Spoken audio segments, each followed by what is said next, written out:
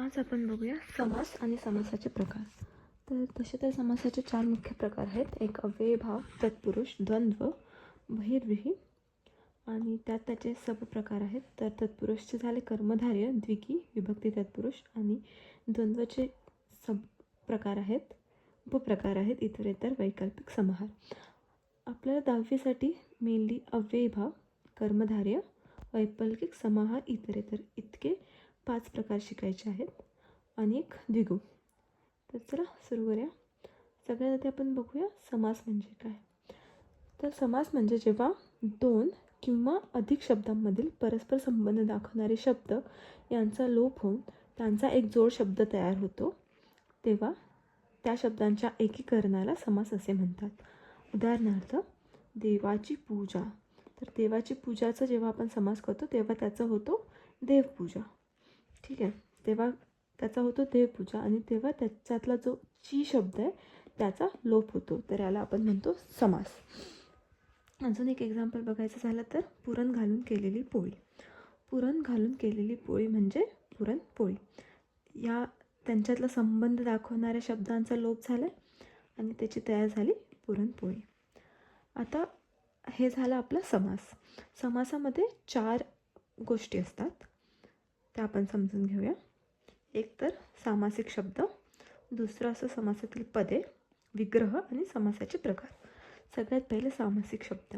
सामासिक शब्द म्हणजे 2 किंवा अनेक शब्दांच्या एकीकरणाने जो आपला जोड शब्द तयार होतो त्याला म्हणतात सामासिक शब्द.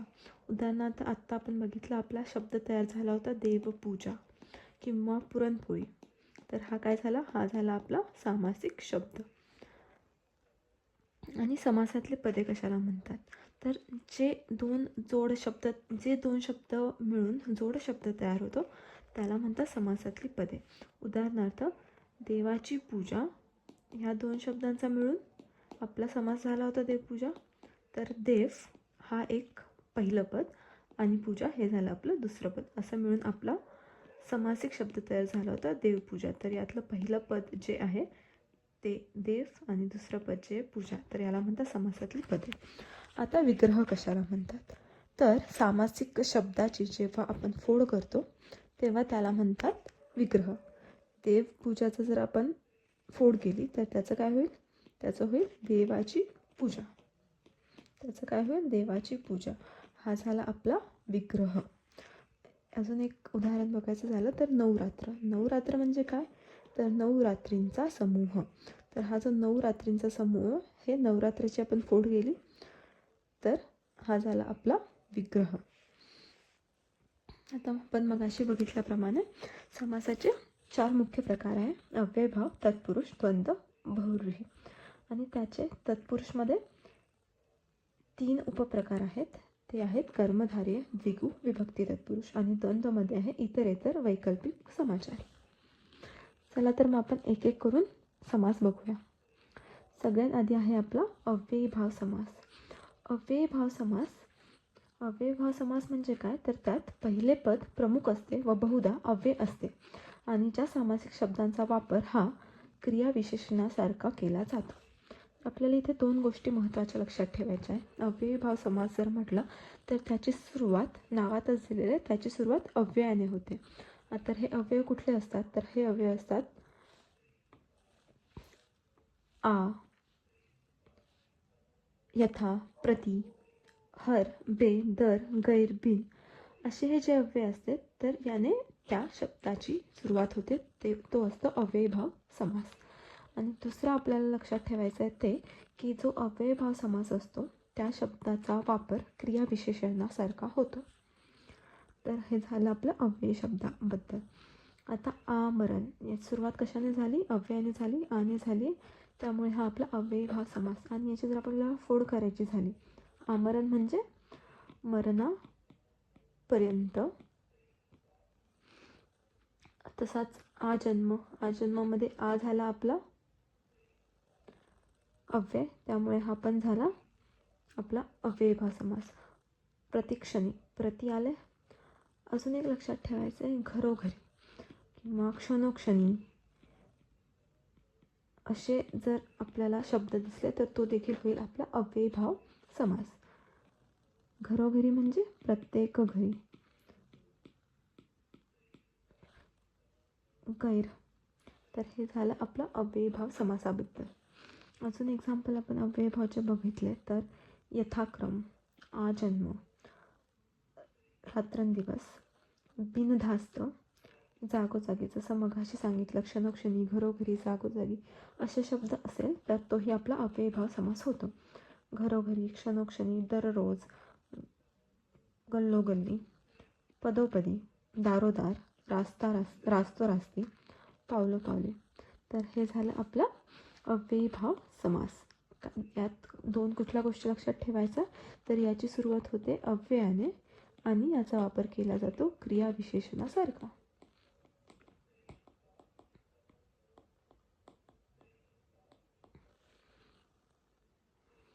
आता याचा वापर क्रियाविशेषणासारखा कसा केला जातो ते आपण बघूया. तुम्ही शब्द ऐकलाय हा, मरण, उपोषण ऐकलंच असेल. तर यात आमरण हे क्रियाविशेषण आहे. कशासाठी तर उपोषणासाठी.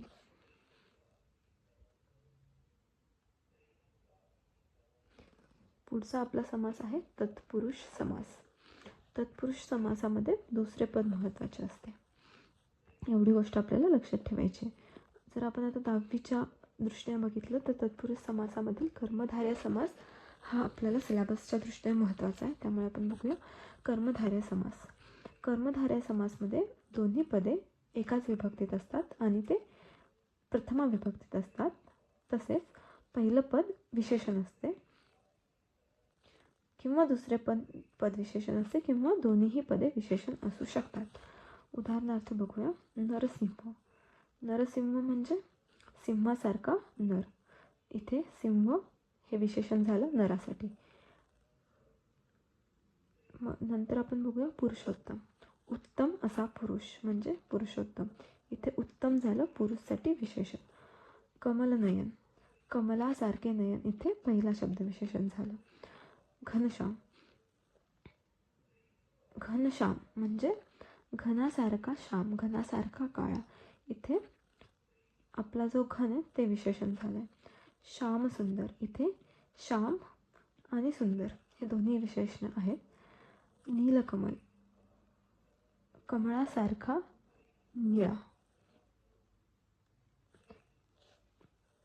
तर इथे दोन्हीही विशेषण आहेत. आणि घननीळ, घनासारखा निळा, इथे पण दोन्ही पदे आपले विशेषण आहेत.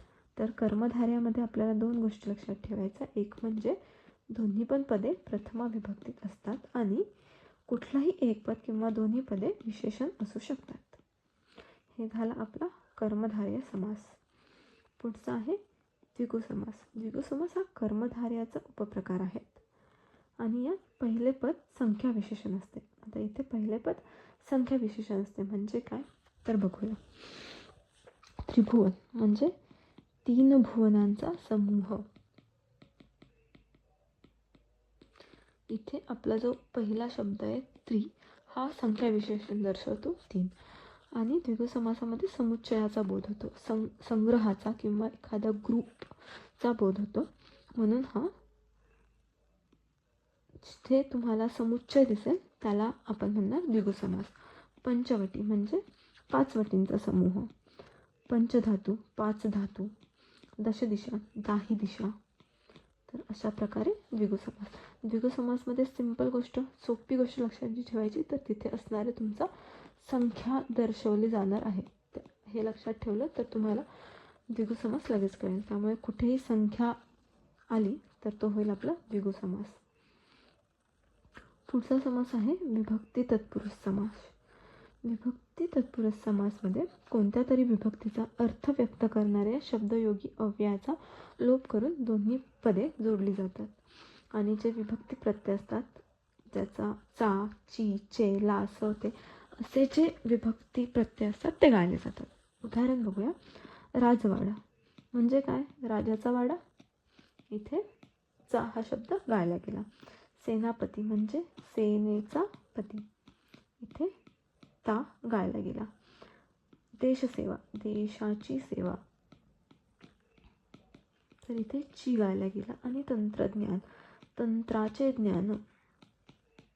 तर इथे आपला जे हा शब्द गायला गेलेला आहे. तर अशा प्रकारे विभक्ती तत्पुरुष समासमध्ये जी विभक्ती प्रत्यय असतात ती गायली जातात. त्यामुळे विभक्ती तत्पुरुष समास कसा ओळखायचा, तर जेव्हा पण तुम्हाला एक शब्द दिलेला आहे, राजवाडा जर दिलेला आहे तर आपण त्याची फोड करणार, राजाचा वाडा, आणि बघणार चा, ची किंवा असे विभक्ती प्रत्यय जर गायला गेलेला आहे तर तो होणार आपला विभक्ती तत्पुरुष समास.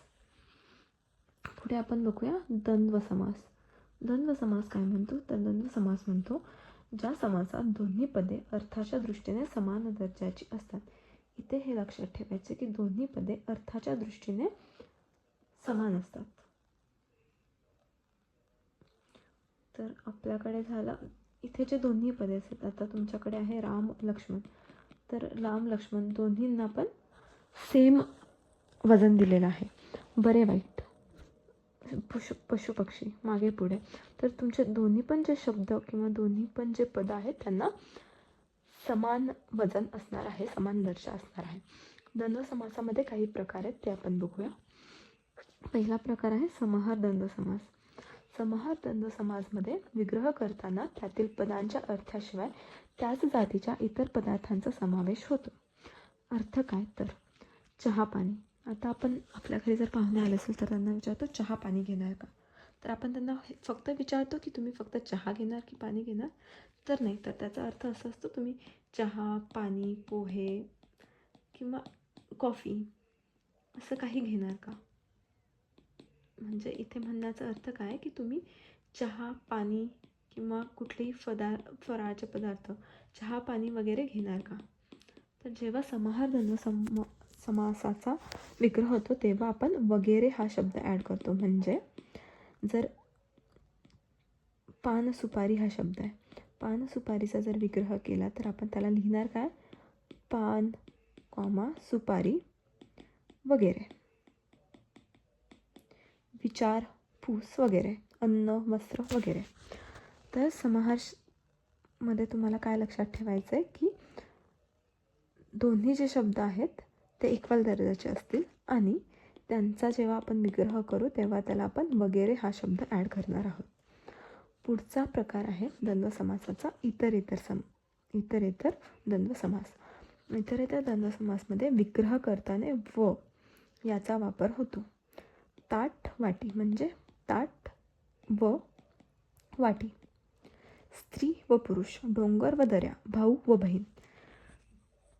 इतरेतर समास खूप सोपा आहे, त्याचा विग्रह करताना व या शब्दाचा वापर होईल. पुढचा आहे वैकल्पिक द्वंद्व समास.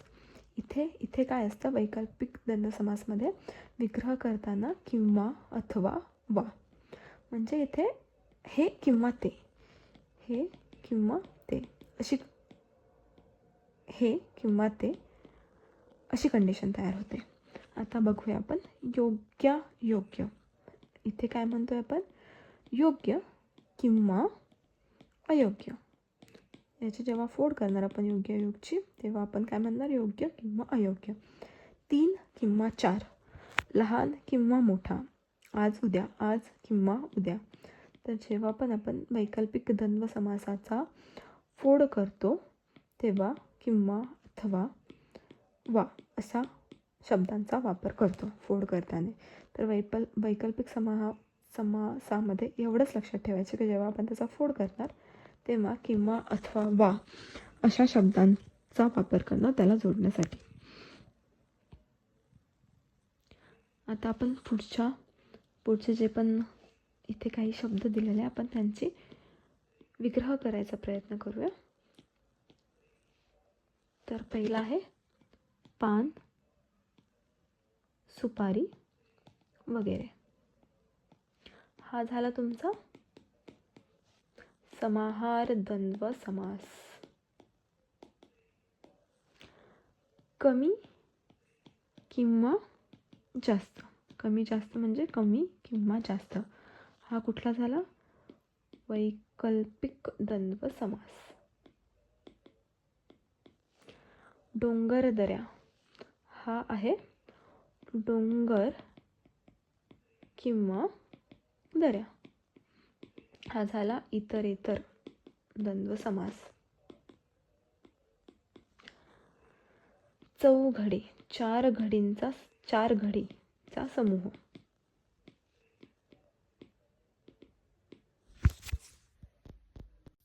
चार घडींचा समूह हा झाला द्विगु समास, कारण हे संख्या विशेषण आहे. देवालय, देवाचे आलय हा झाला विभक्ती तत्पुरुष समास.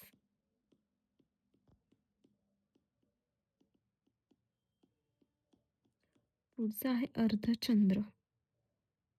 महाराज, महान असा राजा हा झाला आपला कर्मधारय समास. इथे पहिला जो शब्द आहे महान हा विशेषण आहे. अर्धचंद्र, अर्ध असा चंद्र हा पण झाला आपला कर्मधारय समास. पुढचा आहे रात्रदिवस, रात्रंदिवस, रात्र आणि दिवस हा कुठला झाला?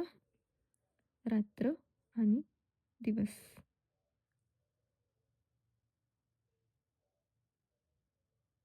हा आपला झाला इतरेतर द्वंद्व समास. एक गोष्ट इथे जो शब्द आहे तो डोंगर दऱ्या, तर तो डोंगर आणि दऱ्या आहे आणि तो आपला डोंगर आणि दऱ्या आहे आपला इतरेतर द्वंद्व समास.